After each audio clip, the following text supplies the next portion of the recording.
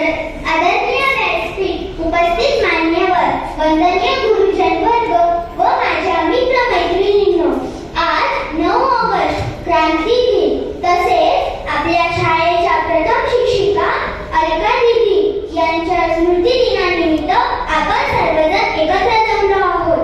प्रथम आपल्या लाडक्या शिक्षिका अलका दीदी यांना स्मृती दिनानिमित्त विनम्र अभिवादन, विनम्र अभिवादन, विनम्र अभिवादन.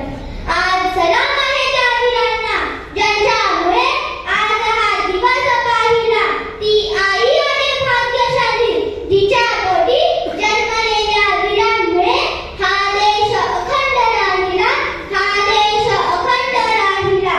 क्रांतीची ज्वलंत धगधगती मशाल हातात घेऊन ब्रिटिश सत्तेच्या गुलामगिरीतून देशाला मुक्त करण्यासाठी ज्या हुतात्म्यांनी आपल्या प्राणाची पर्वा न करता आहुती दिली, अशा अमर हुतात्म्यांची तसेच नव्या पिढीला हुतात्म्यांच्या त्यागाची जाणीव राहावी यासाठी दरवर्षी 9 ऑगस्ट रोजी क्रांती दिन साजरा केला जातो. 7 ऑगस्ट 1942 रोजी मुंबईच्या गवालियर मैदानावर राष्ट्रीय सभेचे अधिवेशन सुरू करण्यात आले. अधिवेशनाच्या दुसऱ्या दिवशी म्हणजे 8 ऑगस्ट रोजी पंडित नेहरूंनी मांडलेला छोडो भारत ठराव प्रचंड बहुमताने मंजूर झाला.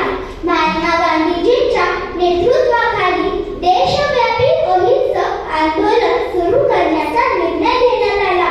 महात्मा गांधीजींनी जनतेला करेंगे या मरेंगे या भावनेने बलिदानास सिद्ध होण्याचे स्फूर्तिदायक आवाहन केले. देशभरात ब्रिटिश सत्तेला हकलून लावण्यासाठी आंदोलनांना सुरुवात झाली. ब्रिटिश सत्ता हादरू गेली होती. आंदोलन देशभर पसरणार म्हणून 9 ऑगस्टच्या पहाटे महात्मा गांधी, पंडित नेहरू, वल्लभभाई पटेल, मौलाना आझाद यांच्यासह अनेक नेत्यांना पकडून ब्रिटिशांनी तुरुंगात टाकले. पोलिसांनी जनतेवर लाठी हल्ले आणि गोळीबार केला तरी लोक घाबरले नाही. चले जाव चळवळीला सर्व थरातून पाठिंबा मिळाला. ज्यावेळी चले जाव चळवळीचा जोर कमी होत आहे असे ब्रिटिश सरकारला वाटू लागले होते, त्यावेळी भूमिगत चळवळ आकारास येऊ लागली. बॉम्ब बनविणे, शस्त्रास्त्रे चालविण्याचे शिक्षण घेणे, गुप्त रेडिओ केंद्र चालविणे इत्यादी कामे भूमिगत चळवळीतील नेत्यांनी केली. भूमिगत चळवळीतील प्रमुख नेते म्हणून जयप्रकाश नारायण, डॉक्टर राममनोहर लोहिया, अच्युतराव पटवर्धन, युसुफ मेहर अली, S.M. जोशी, सुचेता कृपलानी, उषा मेहरदार इत्यादींचा उल्लेख करता येईल. सरकारी यंत्रणेला नुकसान पोहोचविणे हे या चळवळीचे मुख्य सूत्र होते. देशात काही भागात ब्रिटिश अधिकाऱ्यांची हकालपट्टी करून तेथे लोकांविरुद्ध सरकारे स्थापन करण्यात आली. यालाच प्रतिसरकार असे म्हणतात. बंगालमधील मिदनापूर, उत्तर प्रदेशातील बालिया व आजमगड, बिहारमधील भागलपूर व पूर्णिया या जिल्ह्यात प्रतिसरकारे स्थापन करण्यात आली. महाराष्ट्रात सातारा जिल्ह्यात क्रांती